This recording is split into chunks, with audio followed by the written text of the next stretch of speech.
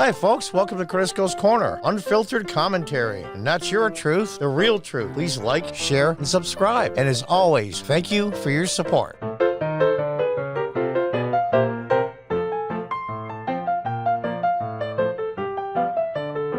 Hi, folks. Welcome back. I stumbled across this on Twitter. A segment from CNN, the most trusted name in news. I don't remember the young lady in the middle, the guy on the left. I don't remember their names. I don't watch CNN. I'd rather get my teeth drilled with no Novocaine. But everybody knows Don Lemon, a.k.a. Don Lemon. And I want you to listen to this. I'm going to comment on part of it. They're talking about vigilantism and how local people are trying to save their cities from being burned down and how they're wrong and blah, blah, blah. And I want to see the arrogance. But here's the thing that I think these guys aren't realizing, or maybe they do. As their ratings plummet, as the legacy media just, I'd say self-destructs, but they become irrelevant. They're like the early 1900s, and they're the old stable guys that own stables for horses. They're the manufacturers of buggies and horse-drawn vehicles. And they see slowly over time that cars are taking over instead of their industry, which is horse-drawn. And they see that their percent of the market is getting smaller and smaller and smaller, and they're panicking, and they're blaming somebody else. It's the evil Henry Ford and his Model Ts. It's this, it's that. Well, the fact of the matter is the world has moved on from you. I remember, a few years ago, Don Lemon, I'll say Don Lemon to be a jerk, was interviewing Morgan Freeman when he asked him if there's racism in the United States. And Morgan Freeman says, now? He says, no. Nope. And he's talking about being trapped. Well, they were both born in pretty good poverty. Don Lemon and Morgan Freeman in the South. I believe it was Alabama, Mississippi, doesn't matter. And Morgan Freeman got out. Don Lemon got out, and you see where he is. I wish he would do a better job with the position he has, but that's a different issue. He made it. Does very well for himself. Multi-millionaire, I have no doubt. Now, he was complaining about you can't get out of there. And Morgan Freeman says to him, he looks at him and says, the bus leaves every day. And Don Lemon thought it was great. And then somehow, some way, these mental pygmies started embracing that this entire country are white supremacists and it's systemic racism. And they had a certain percent of their audience that believed that fervently. And this is all they have to hang on to.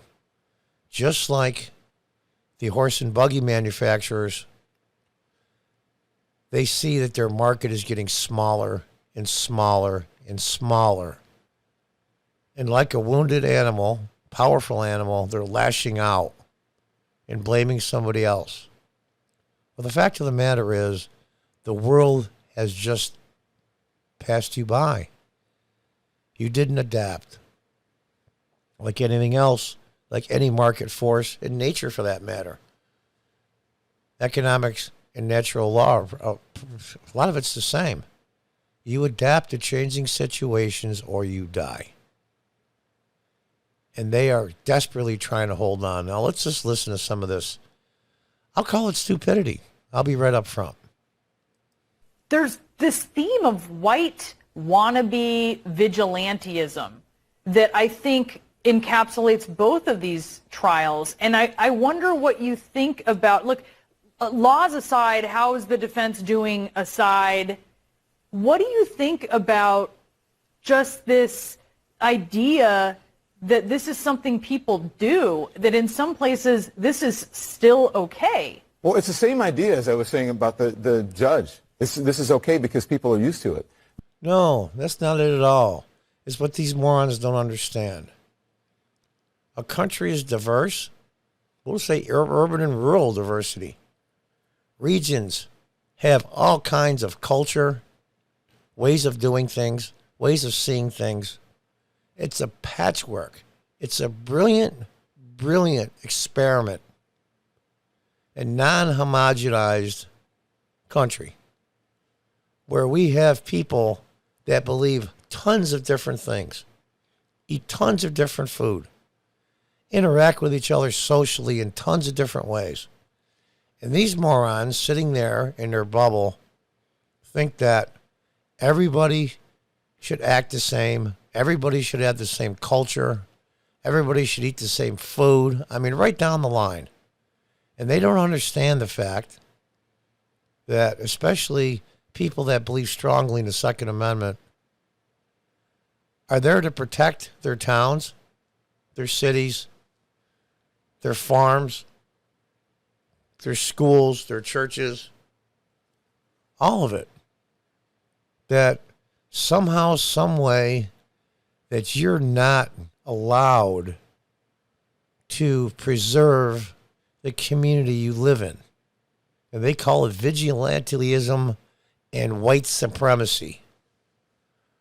Do you think for a minute in the big cities, especially in the majority minority sections of town where crime is everywhere, and young black men's bodies are piling up like cordwood, that if you arm the general public, yeah, there would be some more deaths right up front, no question.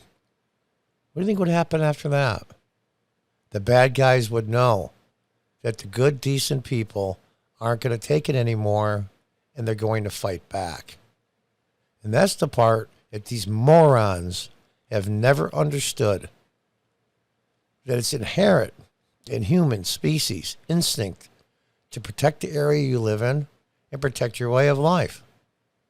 Whether it be in a densely populated section of New York or a farm in Nebraska where the nearest neighbor is 10 miles away. Instinct to protect what you love and cherish will always be there. This is the ultimate entitlement. That, again, you can insert yourself into a situation with a gun that you're not supposed to be carrying, kill two people, injure, and you are made to be a hero by the public. You see someone jogging down the street, and you take it into your hands. You think it's your responsibility to stop that person when you're not even sure if they are committing a crime because, what? It is your street. It is baloney. This is a highly educated man. You're quite the a-hole, Mr. Lamont. A jogger jogging down the street? This guy, these people are grasping at straws. They're grasping at straws. America is special. It's a patchwork of, like I said before, cultures and ways of doing things, ways of looking at things. That's been our strength. They talk about diversity as strength. How about diversity of thought, diversity of culture, diversity of community? No, for them, it's diversity of race. America's not been about diversity of race. It's been about diversity of ideas and diversity of individuals, not a collective group. This guy's a moron. It is your town. It is your country. It is the ultimate degree of entitlement with people. Ultimate degree of entitlement that you want to protect the town or community you live in, and you want to protect your country from millions flowing over the border unlawfully. Somehow that makes you entitled. These people are nuts. People believe that this is how they're supposed to be. What the right is saying about Kyle Rittenhouse is that, well, the government didn't do its job, so it took a 17-year-old kid to come in and do what was right. That's vigilantism. That's not what people are not supposed to be vigilantes. We're not supposed to be taking justice into our own hands. Imagine. Baloney. You stood there at thousands upon thousands upon thousands of buildings burning, people's lives being destroyed and rioting in 2020. And you stood there and cheered them on. That's not vigilantism? That's not? Kyle Rittenhouse defended himself, period. And there's no one with two brain cells touching that would be honest and say otherwise. Yes. And this is the same people, by the way, that have cheered on to defund the police group.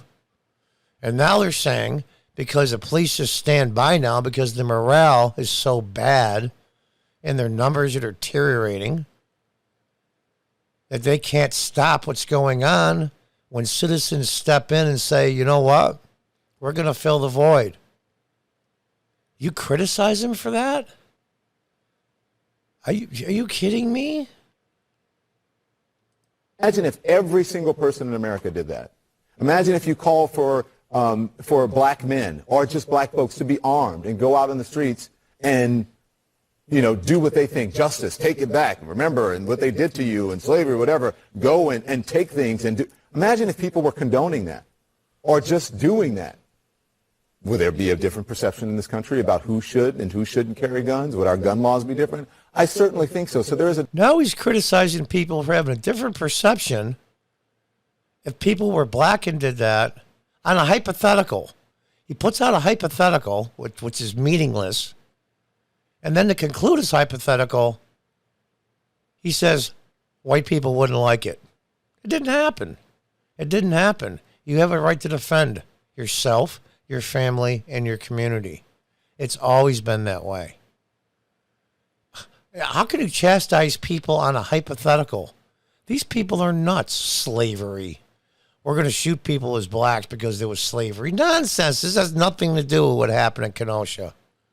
Zero.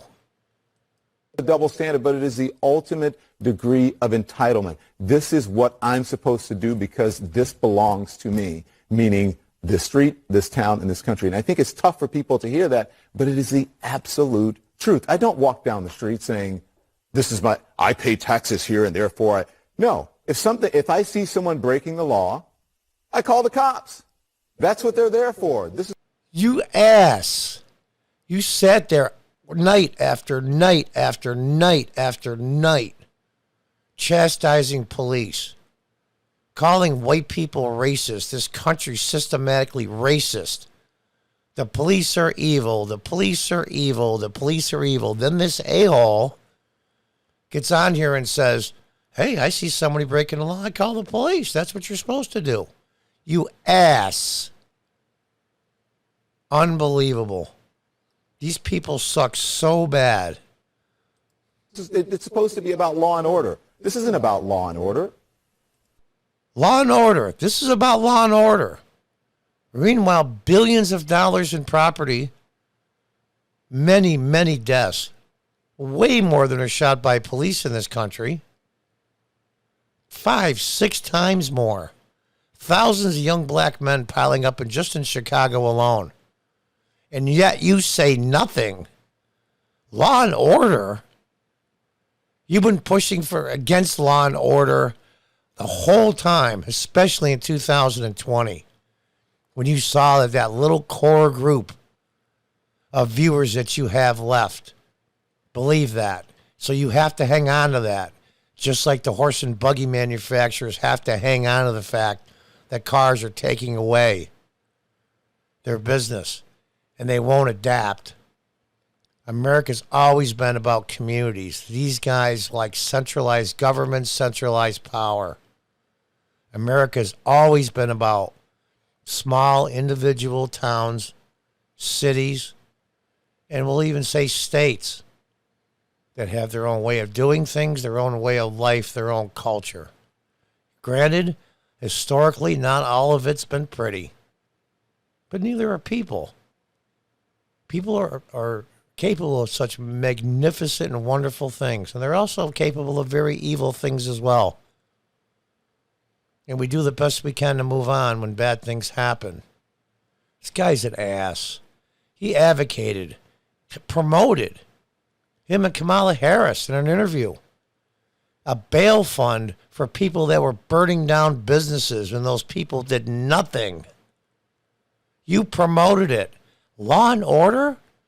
You pompous ass. This is about unlawful conduct and disorder. Brown had an About unlawful conduct and disorder. amazing. What a jerk. This is what you've been pushing. You've been on the side of disorder. You have been on the side of won't even say vigilantes, rioters, anarchists. Unbelievable. I saw this clip and I thought to myself, I can't let this go without comment. And I used to believe that these morons did this to keep their ratings the little bit they had left. I truly am believe now that these mental pygmies actually believe this stupidity. These morons actually believe the world is flat. And nothing on earth will convince them otherwise. And that is definitely their right to believe that. But they are now in powerful positions of influence that are influencing millions of other people that the world is flat as well. And that is wrong and evil. I hope, I pray I live long enough to see the day that CNN, MSNBC, all the legacy dinosaur media goes bankrupt. And that day I'll celebrate that finally the truth gets through. But right now, they control the media. They control the narrative. We'll see for how long. How long can these horse and buggy people hang on before cars take over? Until the next time, goodbye and good luck.